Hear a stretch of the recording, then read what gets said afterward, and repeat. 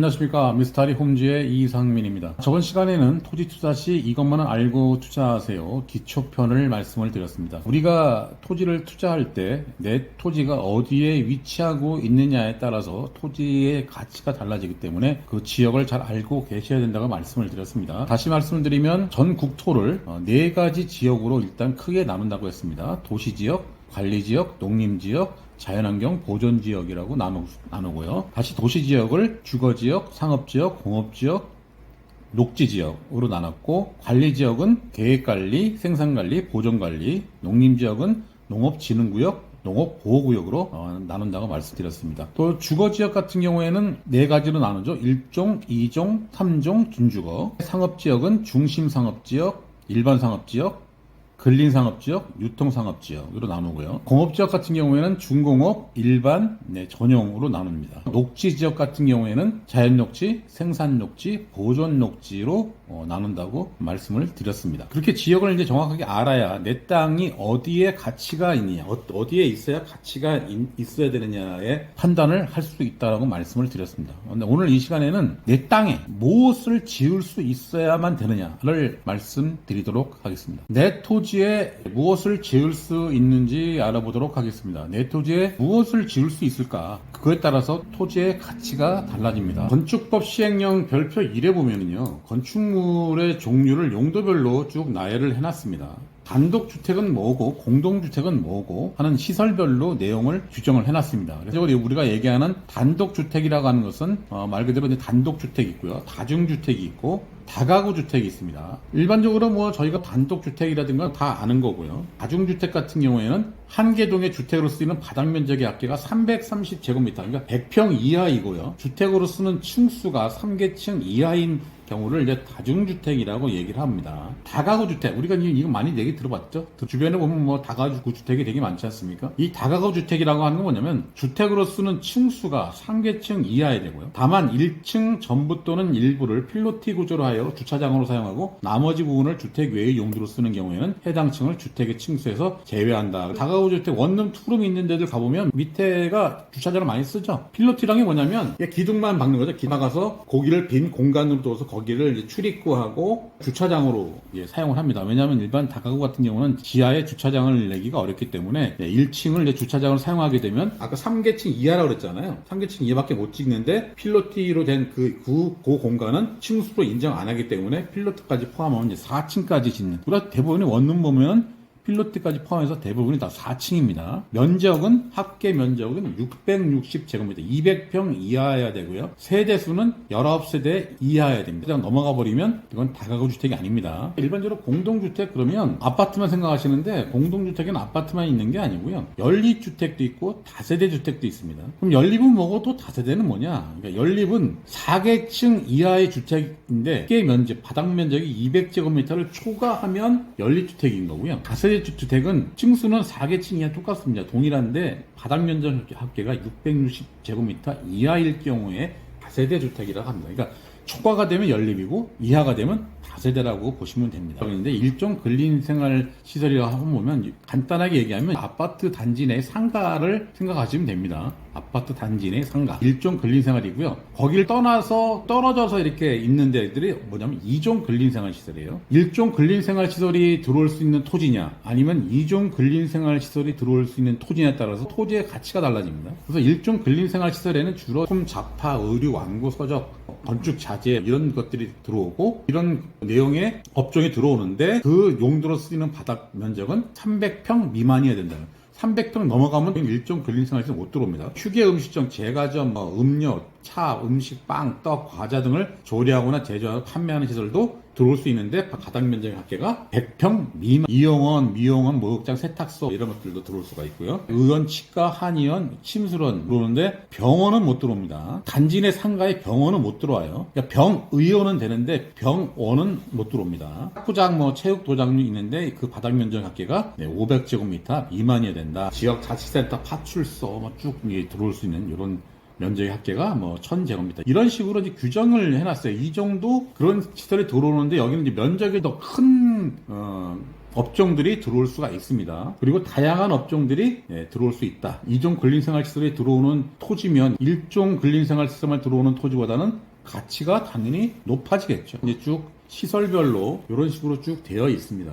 건축법 시행령에 규정이 되어 있는 그러한 내용들입니다. 토지 이음이라는 사이트인데요. 이쪽에는 위성지도고 여기는 지적도입니다. 빨간색으로 시가 되어 있는 거는 이제 상업지역이라는 거를 표시를 하고 있는 거고요. 노란색으로 되어 있는데 여기가 3종 일반 주거지역입니다. 여기에 이 아파트가 있는 데가 3종 주거지역이고 오피스텔이니 이런 식으로 되어 있는 데 있지 않습니까? 주거지역에 오피스텔은 못 짓게 되어 있어요. 토지의 가격을 한번 보도록 하겠습니다. 제곱미터 타당 얼마를 하는지 보니까 1,600만 원, 평당 5천만 원입니다. 공시지가가. 그러면 이쪽에 있는 데를 한번 볼까요? 여기는 얼마나 하는지. 3종 주거지역에는 770만 원, 평당 한 2,500 정도 됩니다. 거의 따블이죠. 바로 옆에 붙어있는 땅인데 이쪽은 3종 일반 주거지역이라고 해서 2,500만 원, 여기는 상업지역이라고 해서 5천만 원이에요. 그러니까 따블이 차이가 나는 거예요. 어디에 내 토지가 위치하고 있느냐에 따라서 이런 데 위치하고 있는 대지들은 일반적으로 이런 데 위치하고 있는 대지들보다 당연히 가격이 비쌀 수밖에 없다는 거죠. 이게 비싼 이유가 뭐냐면 상업지역 안에 들어갈 수 있는 시설물이 3종 일반 주거지역에 들어갈 수 있는 시설보다 다양하게 많다는 거죠. 3종 주거지역이나 경우에는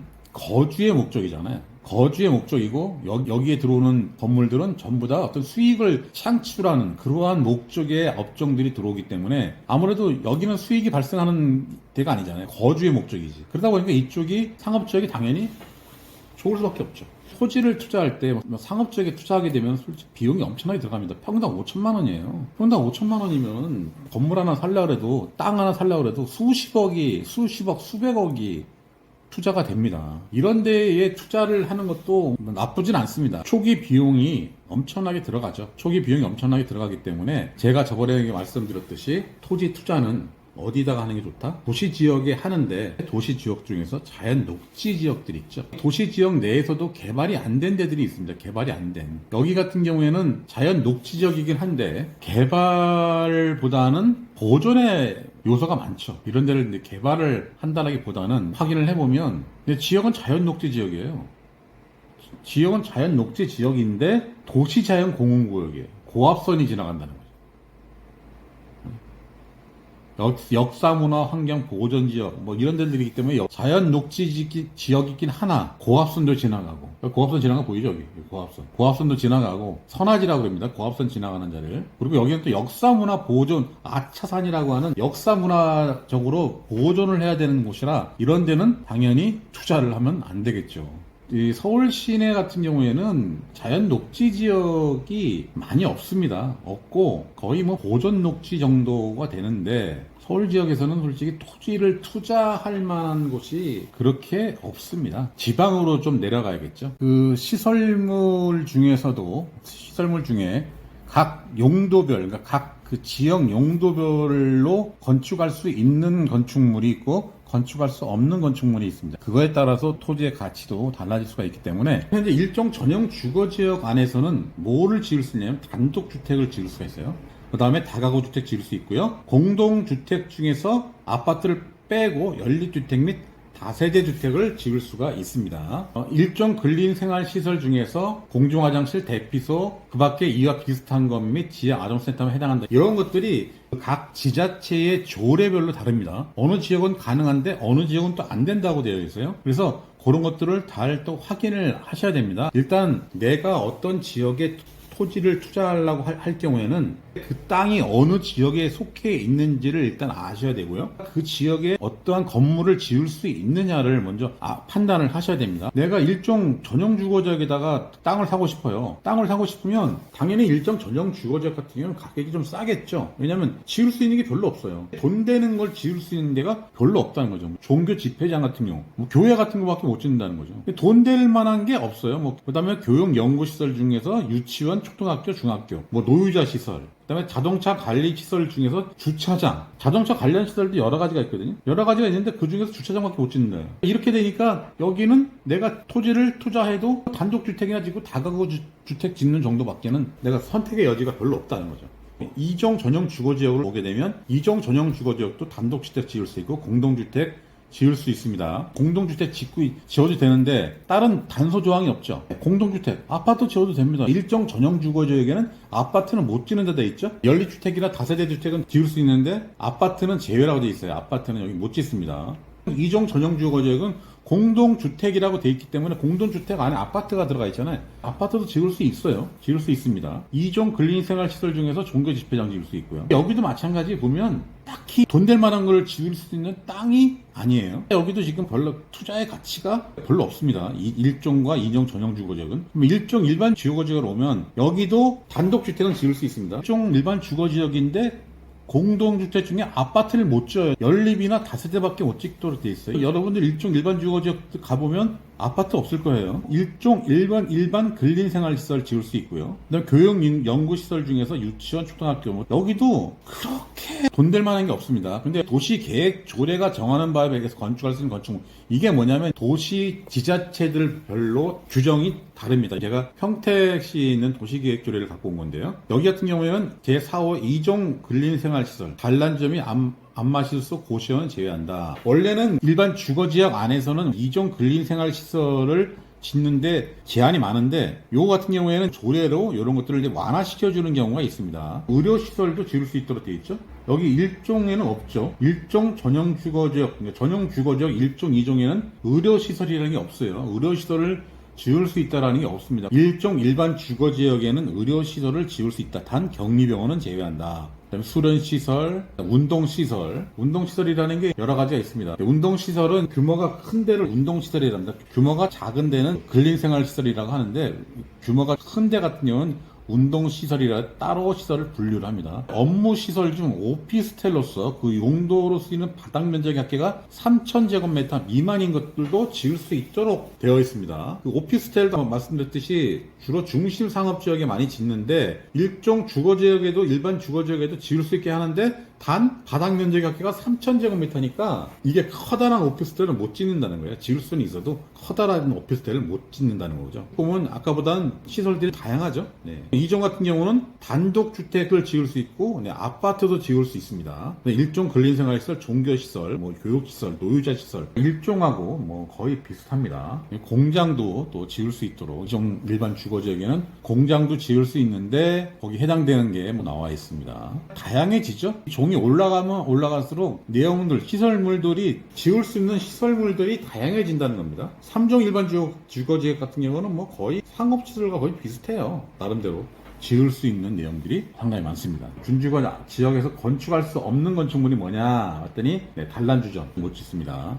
격리병원 안 되고 일반 게임 시설이라는 게 뭡니까? 이게 PC방입니다. PC방은 준주거 지역엔 PC방을 할 수가 없습니다. 숙박시설도 안 되고요. 모텔 이런 거 안 됩니다. 위락시설, 자동차 관련시설 중에 폐차장 안 되고 축사, 도축장, 도계장 안 되고 자원순환시설 관련 로지 관련 시설 안 되고요. 이런 식으로 안 되는 지역이 나와 있습니다. 조례로 정한 나름대로의 내용들입니다. 요거는 지자체별로 다 틀리기 때문에 이런 식으로 된다는 거 알으셔야 되고 중심 상업지역 같은 경우에는 다 지을 수 있죠. 거의 지을 수 있는데 이제 중심 상업지역 안에 단독주택을 못 짓게 돼 있습니다. 중심 상업지역 안에는 단독주택도 못 짓고 공동주택도 못 지어요. 숙박시설 중에서 일반 숙박시설, 생활 숙박시설, 모텔도 못 짓는다는 얘기죠. 공장 못 짓고요. 그 다음에 충전소, 가스 충전소, 저장소 이런 거 폐차장 안 되고 자원순환시설 안 되고 묘지 관련 시설 안 되고 중심 상업지역 같은 경우에는 돈 되는 거 말고는 지을 수 없다는 거예요. 주로 수익이 발생되는 그런 것을 지을 수 있다는 거죠. 업무시설, 빌딩들, 회사의 빌딩들 이런 것들을 지을 수 있다는 거죠. 이런 용도들을 보면서 내 땅이 어디에 위치하고 있어야 되느냐, 어디에, 그게 되게 중요한 내용입니다. 일반 상업지역에 있느냐 아니면 좀 일반 주거지역에 있느냐, 2종에 있느냐 3종에 있느냐 이런 거에 따라서 거기에 들어올 수 있는 시설물들을 나름대로 나라에서 규정을 해놨기 때문에 내가 토지를 투자하는 데 있어서 어떻게 투자를 해야 되느냐, 어느 지역에 있는 땅을 사야 되느냐, 내가 거기다 뭘 하겠다라는 것이 나와야 돼요. 토지를 투자한다는 거는 토지를 내가 그냥 나대지 상태로 사서 그냥 나대지 상태로 내가 팔겠다 하시는 분들은 토지를 투자하실 필요는 없어요. 그렇게 해서 하면 토지 투자라고 볼 수는 없는 거고, 내가 어떤 지역에 그 토지를 사는데 거기다가 내가 어떠한 것을 지을 수 있게 만들어 놓은 상태에서 가치를 높여 놓은 상태에서 그것을 팔아야만이 토지를 투자한다고 말씀을 드릴 수 있는 나대지 상태를 사다가 보유하고 있다가 땅값 오르면 팔겠다. 그렇게 되면은 그런 땅들은 그 비사업용 토지가 되기 때문에 나중에 양도세도 많이 냅니다. 그렇게 토지를 투자하는 것이 아니고 내가 어떤 토지를 샀을 때 현 상태는 뭐 전이었다든가 아니면 뭐 답이었다든가 임야였던 토지를 내가 거기는 어떤 지역에 속해 있기 때문에 어떠한 시설을 내가 드릴 수 있고 하는 그런 것을 판단해서 그러한 것에 대한 허가도 다 받아놓은 상태에서 토지를 팔게 되면 훨씬 더 토지의 가치를 높일 수가 있다는 거죠. 그런 식으로 팔아야지 나대지 상태에서 사다가 곧 나대지 상태로 판다? 그거는 토지 투자라고 할 수가 없어요. 오늘 이 시간에 또 토지 투자 시간인데 중급편 오늘 이 시간에는 내 토지에 어떠한 것을 지을 수 있는지를 한번 확인해 보는 시간을 가졌고 내 토지를 어떻게 바꿈으로써 토지의 가치를 높여서 팔 수 있느냐에 대한 내용으로 오늘 말씀드렸습니다. 오늘 영상 여기서 마치도록 하겠습니다. 감사합니다.